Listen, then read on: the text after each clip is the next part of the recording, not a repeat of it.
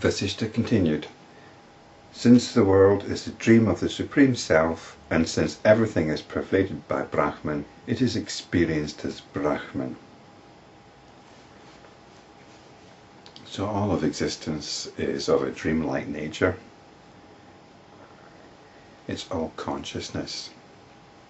It's all consciousness happening in consciousness. Consciousness is all that's going on. This is called Brahman here. This is our only experience, but this isn't what we acknowledge.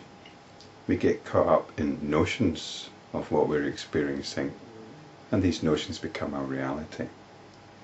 The world appearance or illusion is perceived. The supreme consciousness remains unseen. So we have all these notions which we relate to, all these notions which we habitually affirm. And these notions all have their own validity. I'll take again the example of the scientist who's also religious. So this kind of scientist, which isn't uncommon, is probably more common than the atheist scientist. But even if you're an atheist scientist, you've got two things going on there. You've got matters of science and matters of belief. And both the religious scientist and the atheist scientist will find evidence in science to support their atheism or religion. And perhaps their atheism and religion is motivating their scientific work. So there's these two separate things, and they've got a relationship with each other. They might be quite separate, or they might be feeding each other. It might be a two-way thing or a one-way thing.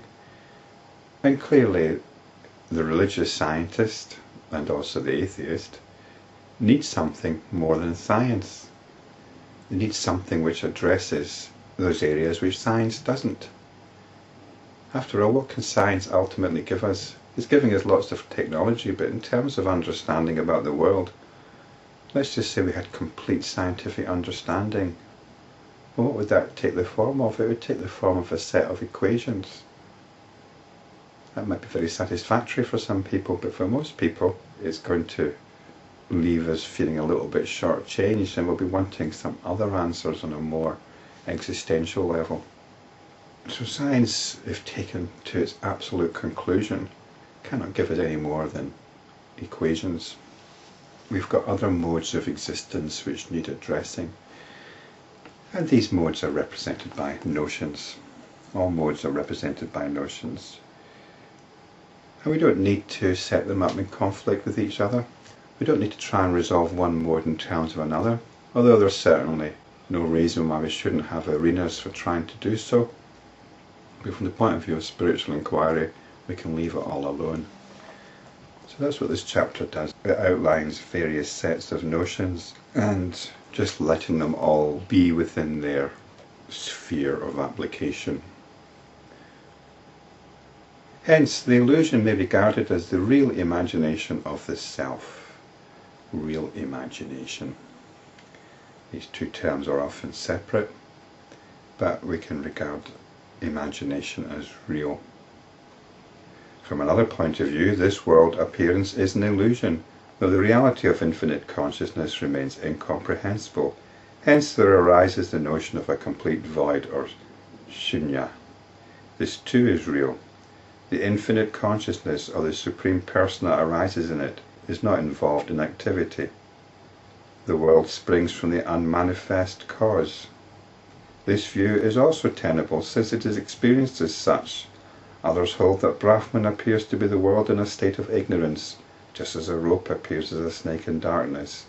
This too is based on direct experience, and hence real. The theory that the entire universe is a conglomeration of atoms is also acceptable. By proper investigation, this knowledge or understanding has been arrived at. So if that's where the inquiry leads to, that's fine. There are some who say that the world is what one sees it to be, and that this principle applies to the other world too. I suppose that means the hereafter, and that therefore this world is neither real nor unreal, but the reality is purely subjective. There are others who declare that the external world alone is real, and there is no other reality. I think this is the point of view of the modern liberal rationalist. They also express the truth inasmuch as they do not reach whatever may be beyond the experience of their own and other senses. They are also right who declare that everything is changing all the time, for the power that thus engineers constant change is omnipotent. The belief that the jiva dwells in the body like a sparrow imprisoned in a pot, and that death flies away from it to another realm, and also a similar belief held by foreigners, must be another variation of reincarnation, are also acceptable since they are accepted in their own countries and communities. So they fulfill a certain function. Certain beliefs provide social cohesion. Saintly men look upon all with equal vision. They who know the reality know that it is the self of all. So you can talk about these things as much as you like, but really what you need to do is get beyond adherence to notions. There are those who assert that nature manifests itself naturally without an intelligent creator. For one sees that in nature there are many undesired and unintelligent happenings like natural calamities. Such a view is also reasonable. So this is the view of the modern atheist. On the other hand, they who assert the existence of the one universal doer of everything are also right.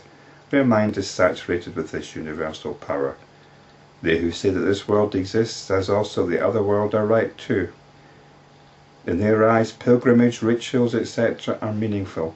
The notion that everything is void or shunya is right, for it is the result of much investigation. The infinite consciousness is like the purest crystal. It reflects whatever notion one holds. The knowers of the truth have realized that this infinite consciousness is neither a void nor a non-void. It is omnipotent, but not that which is seen or known. Hence, whatever be one's conviction, if one adheres to that conviction, one surely reaches the same goal, as long as he does not toy with these notions or realizations in a childish manner. In other words, you should investigate these notions and don't just cling on to one. Don't touch it, it's mine, it's the right one, I've got it. One should investigate the truth in the company of the knowers of the truth, and then one should stand firm in one's own realization without being distracted nor deflected. So investigate. It's not a matter of finding a notion that you can adhere to. Yes, this notion makes sense, it is the truth, and I shall defend it to the limit. No, you pursue it. Find the notion that you like, and pursue it. Keep pursuing it. Find what underlies it. Look into it. See where it leads. When you look into a notion hard enough and persistently enough, you find that eventually it dissolves.